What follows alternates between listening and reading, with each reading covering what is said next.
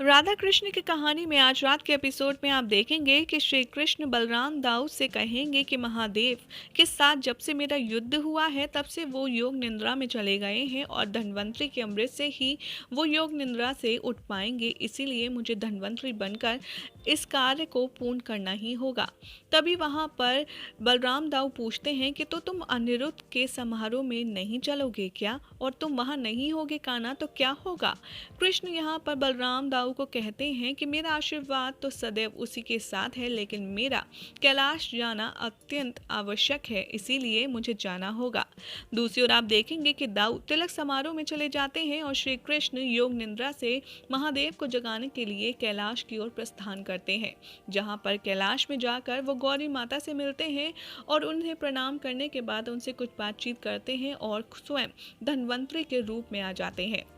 यहाँ पर महादेव को अमृत पिला देते हैं श्री कृष्ण, लेकिन फिर भी महादेव की निद्रा नहीं खुलती। दूसरी तरफ आप देखेंगे कि सभी लोग तिलक समारोह के लिए सज्ज होते हैं। तभी अनिरुद्ध पूछता है कि श्री राधे कहाँ है। रुक्मावती बताती है कि वो हम सब के लिए मुंह मीठा कराने के लिए खीर बना रही हैं। दूसरी ओर राधा रानी रसोई घर में बहुत ही स्वादिष्ट, बहुत ही सुगंधित खीर बना रही होती हैं और सबके दिल में यही बात आती है कि बस ये खीर हम सबको खाने के लिए कब मिलेगी। दूसरी तरफ लक्ष्मणा राधा रानी पर नजर रखे हुए होती है और वो सोचती है कि माँ ने कहा था द्वारका का सर्वनाश राधा की वजह से ही होगा, क्यों ना उनका स्वप्न साकार कर दूं। ये बात कहकर लक्ष्मणा को एक ऐसी घटिया चाल दिमाग में आती है कि क्यों ना राधा जो खीर बना रही हैं उसमें मैं विष डाल दूं, और ताकि उससे होने वाली हानि का सारा इल्जाम राधा के माथे मड़ेगा और वो से धक्के मारकर द्वारका से बाहर कर दिया जाएगा। ऐसा ही सोचती है राधा के बारे में लक्ष्मणा और वो उनके निकट जाती है और कहती है, राधा तुमने खीर बना ली है, बाकी मैं संभाल लेती हूँ, अब जाओ तुम तिलक समारोह में शामिल हो जाओ। राधा रानी भी लक्ष्मणा की बात मान लेती हैं और तिलक समारोह में जाने के लिए सज्ज हो जाती हैं। दूसरी तरफ आप देखेंगे कि राधा रानी के विश्वास को, उनके भरोसे को तोड़ेगी लक्ष्मणा और मौका देखकर लक्ष्मणा पूरे खीर में विष मिला देगी। दूसरी तरफ आप देखेंगे कि महादेव योग निद्रा से नहीं उठेंगे। श्री कृष्ण कई सारी कोशिश करेंगे, लेकिन उसके पश्चात भी योग निद्रा से महादेव को नहीं उठा पाएंगे।